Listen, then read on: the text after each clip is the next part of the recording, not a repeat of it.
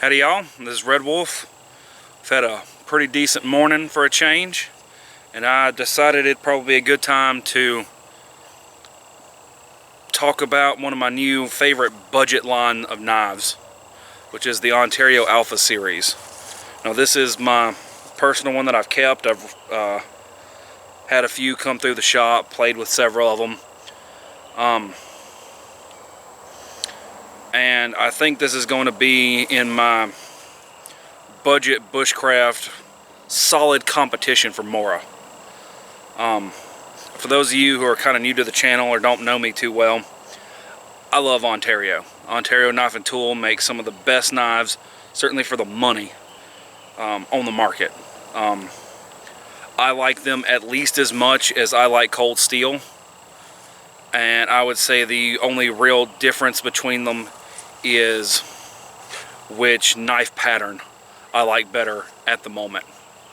And one of the big problems I've had in my area, particularly selling Ontarios, is they cost a little bit of money. They're $65, $70, $80, $100, $100 plus knives. Bang up for the money. You're not going. I'm not going to say you're not going to beat them, but I would be impressed if you could. And recently they came out with their Alpha series. Now this is a budget end. This particular knife you can pick up somewhere between $30 and $45 odd online. And that's insane for what you're getting out of it.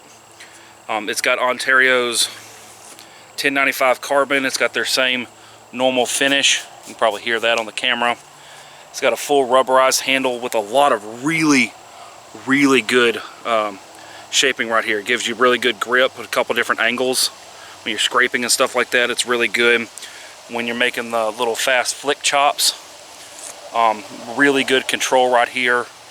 All around awesome. I'd like to see more knives with this handle shape, and you get your lanyard hole. She holds up good, she gets sharp, she stays sharp, just like all Ontarios do. And we're going to do some testing and a little bit of testing in a minute for y'all. The real budget end of this, go ahead and take this off my belt right fast, is the sheath. It's just a really basic sheath. It's well built, it's held up, but it's nothing to write home about. But to be honest, I'm not even mad about that. The first real thing people do with a Bushcraft knife is they throw the sheath away. They either get something more tactical and kydex, or they get something more traditional and get leather. And I mean, I would pay 35 bucks easily just for the knife with no sheath at all. And one of the things I like about it compared to a Mora, it's a tougher grind. It's arguably better steel.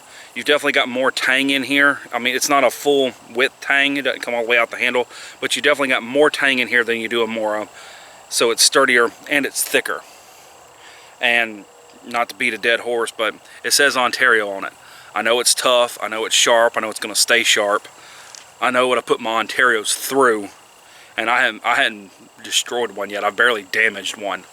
Really great knives.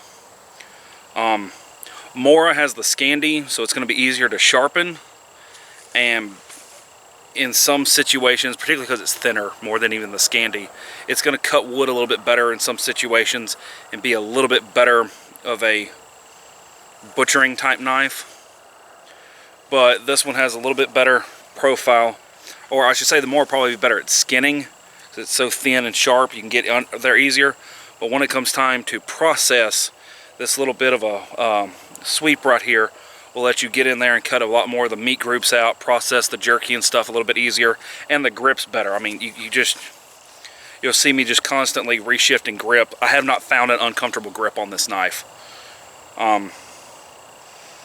It's a really good design, really good knife. And one of the things that's particularly better about it versus a Mora is you can, or I at least feel comfortable beating the tar out of it without worrying about it breaking. I got a little bit of stuff right here to show you with. This is just some stuff I picked up off the ground.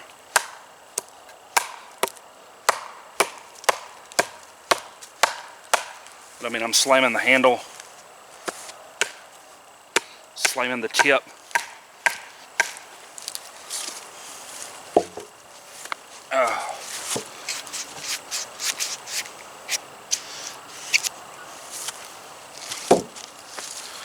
I mean, we're still golden, still just as sharp as when I put it in. It takes abuse. It just takes abuse. If I needed to, I can put it on here and baton through that log. It'll cut through, you know, pencil-sized sticks and stuff. Just that quick flick does really good against it. All in all, solid knife. I just can't say it enough. It's solid. It works. It's really good. Depending upon what you're into, I would get it. And one of the other things, right before we get off, it's a better fighting knife. I do a lot of historical stuff, and one of your first rules historically is carry a weapon. And this is going to perform really good in the modern knife fighting mentality. It's small enough to be lightweight, it's small enough to be concealable. It's not going to get in the way of all your gear. The sheath is going to be garbage for that kind of tactical type stuff, but your grip here has this right here, and then you've got this section right here. You've got a lot to go through to get your finger up on the blade. I don't know what all I'd have to slam it into, maybe a couple brick walls before my hand maybe went up there. It's really good underhand, really good overhand. It's wasted a little bit right here. It's thinned out, so it'll slide in real good. It's thick enough to get in there and use. All of which I think makes it better for Mora in the price range. Particularly like the 6-inch Moras, the similar size ones. I think it makes it a really good budget bushcraft option, survival tool. But that's going to be it for this quick review.